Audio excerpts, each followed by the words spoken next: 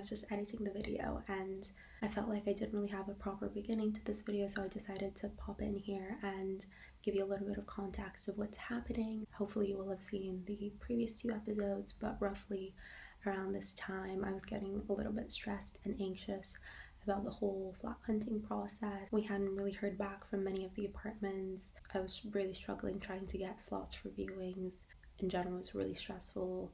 I was really restless, as you will be able to see in the upcoming clips. So there's a few viewings included in this video. Some of them were really nice flats, others not so nice flats with moldy walls. In general, I feel like the theme of the video is that I was getting very stressed and worried about how quickly our time was running out. So I hope you enjoyed the video.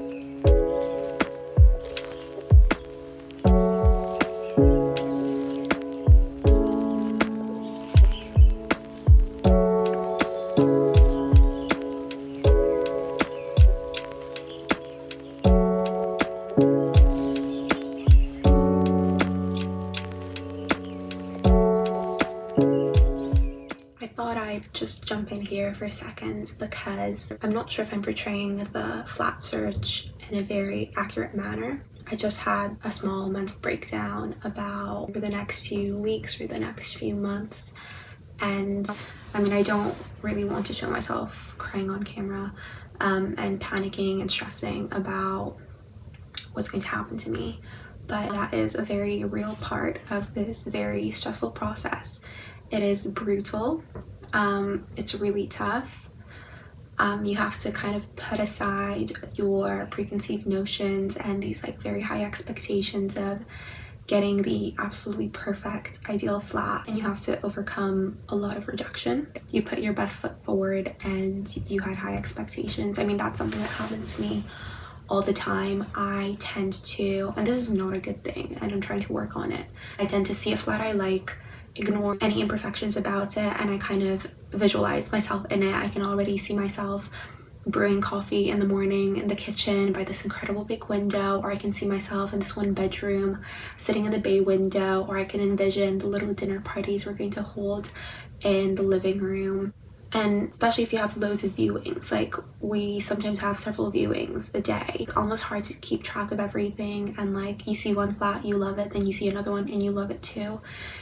It's really hard. There's like 30 applicants per flat.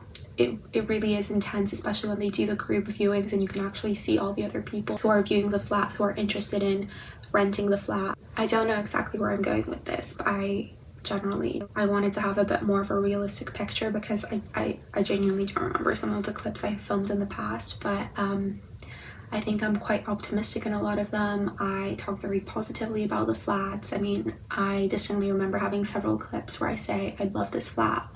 And in the moment, it's more like, it's an expensive flat, like everything's really expensive now, but I'm willing to pay more this year, next year, to have a bit of a nicer flat. Like I'm willing to sacrifice on that. But a lot of the time, it's literally not even down to how much money you're willing to pay, how much money you're willing to offer up front.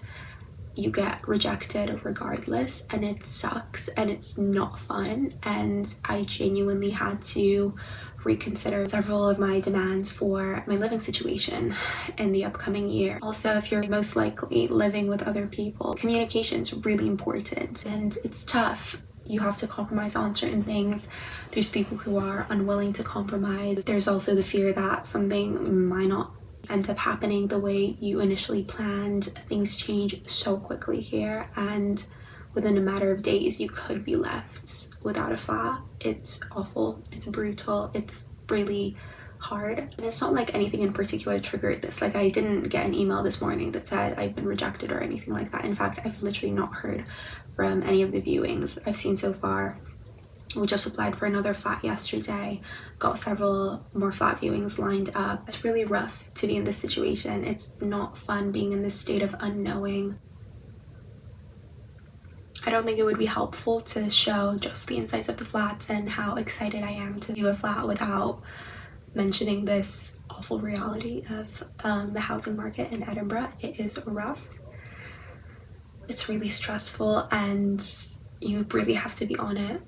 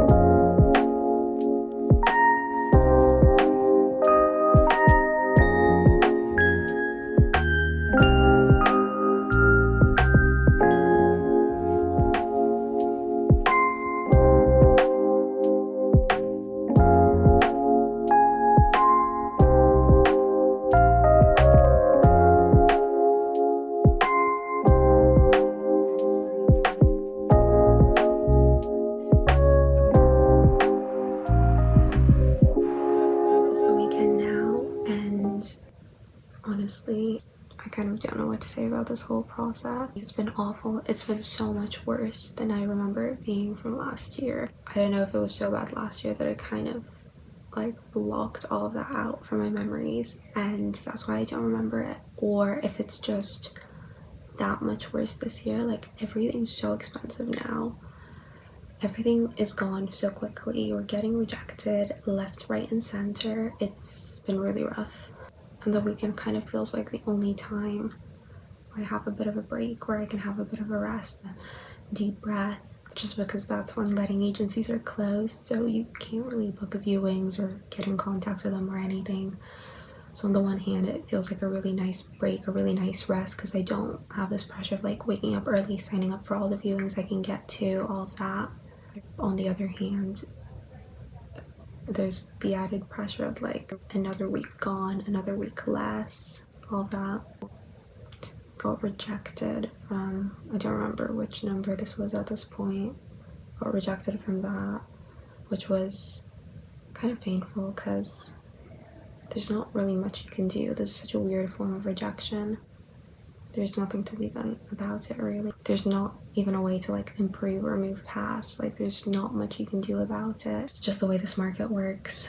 I'm about to head out to work now, which has honestly been so nice. It's very much given me some sort of like purpose, because otherwise I swear I'd just be in bed anxious about everything that's been going on. So I'm really happy to have something to like put my energy into, to focus on, and I'm also like getting something back from it. Obviously, I feel like the video I filmed last year was because I filmed it so much later, like after the whole flat search. Like I already had a flat secured by then. I knew I was pretty comfortable in that situation. Like I actually cannot say the same thing about what's happening now. It's been brutal. It's been awful. There's not much to be done about it though.